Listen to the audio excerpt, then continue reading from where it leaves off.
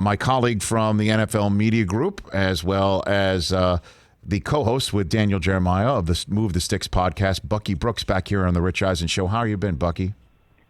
I'm good, Rich. How's everything? Better for talking to you. We spoke to Kyle Pitts earlier this week. My God, I loved him. And then the next day we had Coach David Shaw on, and you know David, and he doesn't. There's two things that kind of like stir up the hornet's nest with him. One is when like a pet peeve of his gets broken, and then two is when somebody's supremely talented comes along. He could not have been more excited to talk about him. You called Kyle a gold jacket talent. What do you think about Kyle Pitts that made you say that, Bucky? I mean, he's a really talented player, and I think, Rich, when we talk about top 5 players, we have to view them in that light. Can you envision them being a gold jacket player one day, meaning that they're going to be one of the best players in their position, top 2, 3, or 4 in the position within 2 to 3 years? And when you look at Kyle Pitts coming out of Florida, he has a unique combination of size, speed, athleticism. He's a natural pass catcher. He runs routes like a wide receiver, yet he's in an NBA power forward body. And so when you just think about how difficult that could be as a matchup, you just look at Travis Kelce and Darren Waller and some of those players on the outside that have succeeded at the position for a long time. And it's easy to envision Kyle Pitts being a guy that is next in line. Do you think Atlanta should just say, you know what, Matt Ryan's got 2 years left of a contract that we're just not going to get out of. It's insane to get out of it. It's very expensive to try and get out of it. We're not going to get out of it. So let's get as much out of him as we possibly can and add Pitts to Calvin Ridley and Julio Jones and go to work? Or do you think that their choice of quarterback is going to be too difficult for them to pass up and try and set things up for when Ryan is done?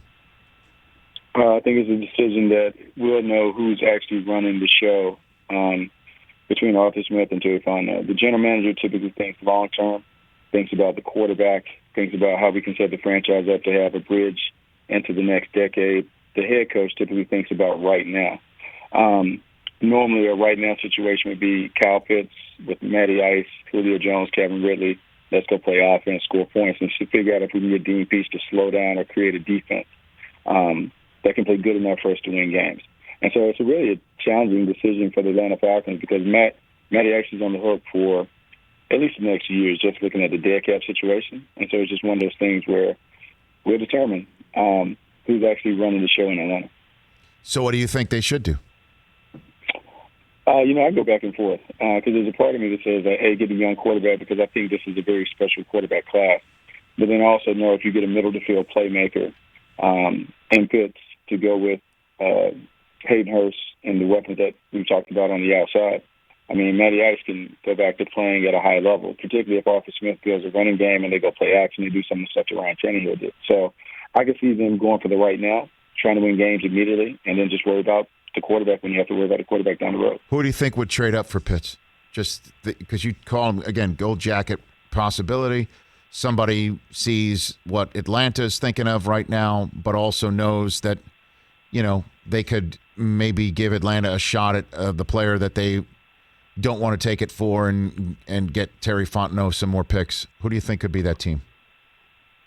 I don't know. Like, it's tough. Like, because Jerry Jones had a conversation about Kyle Pitts and what he would do with their offense. You have other teams that would certainly consider him. I mean, the Miami Dolphins are a team that could use another guy in the middle of the field to create matchup problems. And so it's one of those things where there's so many things out there in terms of the unknowns because of the uncertainty with the quarterback that it's hard to necessarily peg a team with him. But I definitely could see a team very, very interested in the playmaker because he is a unique difference maker at the position. Bucky Brooks here on the Rich Eisen Show. Who do you think the Niners traded all the way up to go get? Justin Fields or Trey Lance. I think the conversation about Mac Jones is just a conversation.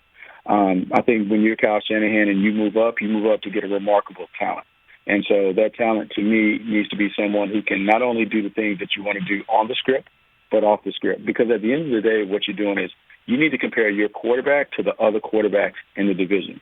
And if we're being honest, Rich, the NFC West has Russell Wilson, Kyler Murray, and Matthew Stafford.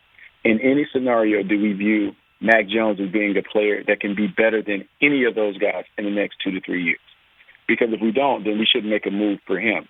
But when we think about the extraordinary talents of the two others that I mentioned, we can see how their athleticism and combination of arm talent could give them an opportunity to succeed and surpass some of those guys in the division. I think it has to be one of those two other guys, and I believe Mac Jones is just a smoke screen. No kidding. So tell me about Lance a little bit, because we really haven't spoken a lot about him since we, first blush after the trade. The general sense in so many parts was it's definitely for Mac Jones, and now we're hearing more Fields, and now we're going to see Pro Day 2.0 for Trey Lance as well. What about this young man intrigues you, Bucky? Going all the way back to 2019, when you watched him, 28 touchdowns, no interceptions, 2,700 passing yards, over 1,100 rushing yards.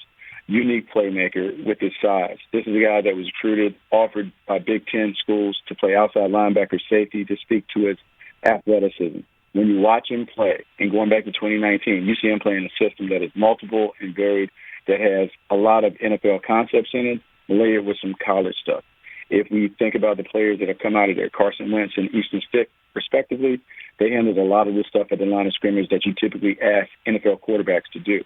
And so Trey Lance has all of that. And so he's a unique combination of the athleticism and physical talent that you want with the IQ and the upside that you also desire. And so as we think about the Josh Allens of the world, we think about the Lamar Jacksons of the world, man, if you can get a guy that has that extra stuff, it just allows you to do so much when it comes to adding plays to the playbook and game plans, and his ability to erase some of your mistakes.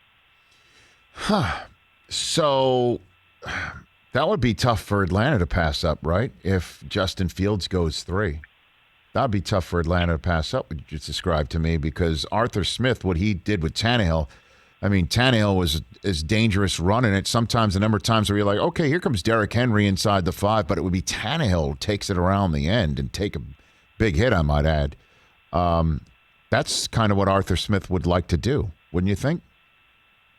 Yeah, I mean, I think Trey Lance makes a lot of sense in Atlanta, because what you're talking about with Matty Ice is you're talking about 2 additional years. The cap would say that you probably can't move on from him until after 2022. And so if we're talking about Trey Lance, who's entering the league with 17 starts, even though that's the same number of starts as Mac Jones, it would give him 2 years to develop, to learn the game, to sit and kind of get ready for the NFL game as a starter. We saw it happen in 1 year for Pat Mahomes.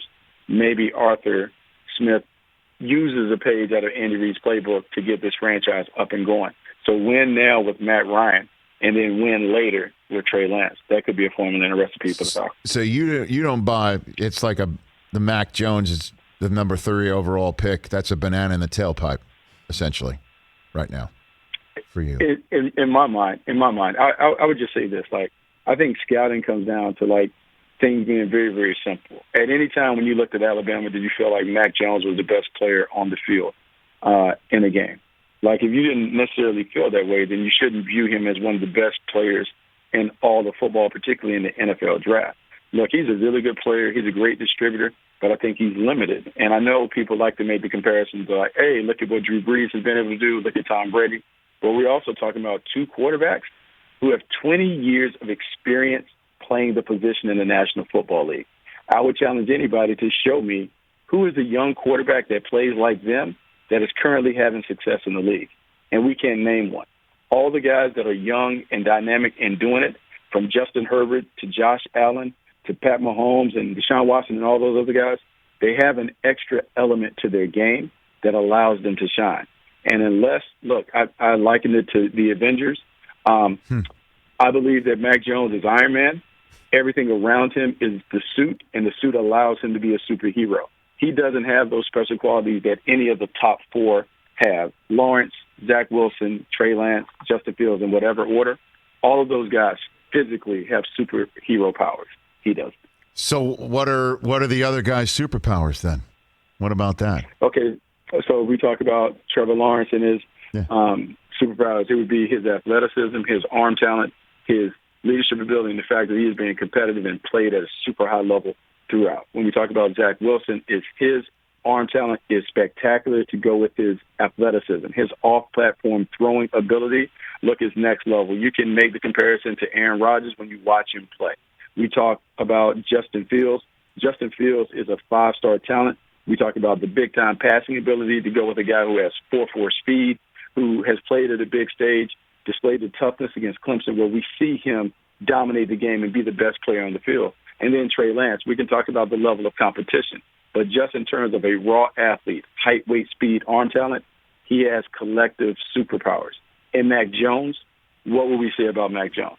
Hey, all the adjectives have been like, hey, he's smart, he throws with touch, timing, and anticipation, but it's never about the physical prowess. We don't talk about, hey, he has one of the strongest arms or any of those things. And so, to me, there's a marked difference between those other guys and Mac Jones. So where does Mac Jones not get past? Fill in that blank. Mac Jones does not get past, fill in the blank, draft night. I mean, look, he's going to go in the first round.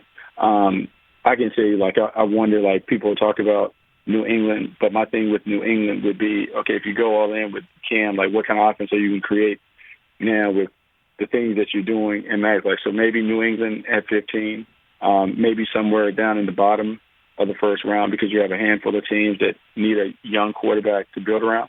But I really think it's a mystery. I think the love for him, I think a lot of it has been manufactured because a lot of us or people on outside want to be right on draft night. But I don't know if he's really viewed like that in the league by everybody. Huh. Last one for you, Bucky. Do you think the Niners made the trade fully aware of who they wanted, and they're just grinding tape to make sure right now? What do you think? No, I think they're aware of a handful of quarterbacks that they wanted to get in that conversation. At the time, you didn't know what the Jets were going to do completely. And so when you make that move up to 3, that means you had to be comfortable with 3 of the quarterbacks after Trevor Lawrence, because you never know how that's going to shake. Like, hey, what if the Jets pull the end run and Justin Fields is the guy? That means you have to be comfortable with Zach Wilson or Trey Lance or whatever. So I think they were comfortable with any of the 3 after Trevor Lawrence, and now they're just trying to sort out which one do they really believe is the talent that can take their offense to the next level. Because remember, this is what Shanahan wants. He doesn't want to be the same. He doesn't want to be mediocre. He wants next level. Otherwise, you don't make that move. So the player that they select has to be somebody that he believes are next level. And I'll kind of leave you with this. Remember, he tried to move off a little bit of Jimmy Garoppolo when he talked up C.J. Beathard and Nick Mullins. I would say that those guys, in terms of how they play, are more in line with Mac Jones than the other guys. And so I think that is something to consider, especially when he was on the field in the Super Bowl and he lost to Patrick Mahomes. And when you think about how the Shanahans and the disciples have made moves at quarterback this offseason after watching one of their guys, Matt LaFleur, have so much fun calling up plays for Aaron Rodgers, I can't believe that they're trying to get a pedestrian quarterback to be their quarterback when they're trying to take this offense to the next level. Bucky Brooks, great to have you on as always. Thank you, and let's chat down the line, and I will see you soon, sir. Appreciate it. Thank you. Check out Bucky Brooks with Daniel Jeremiah on the Move the Sticks podcast on NFL Network. Hey, you watched all the way to the end. Thanks for that. Watch more right here.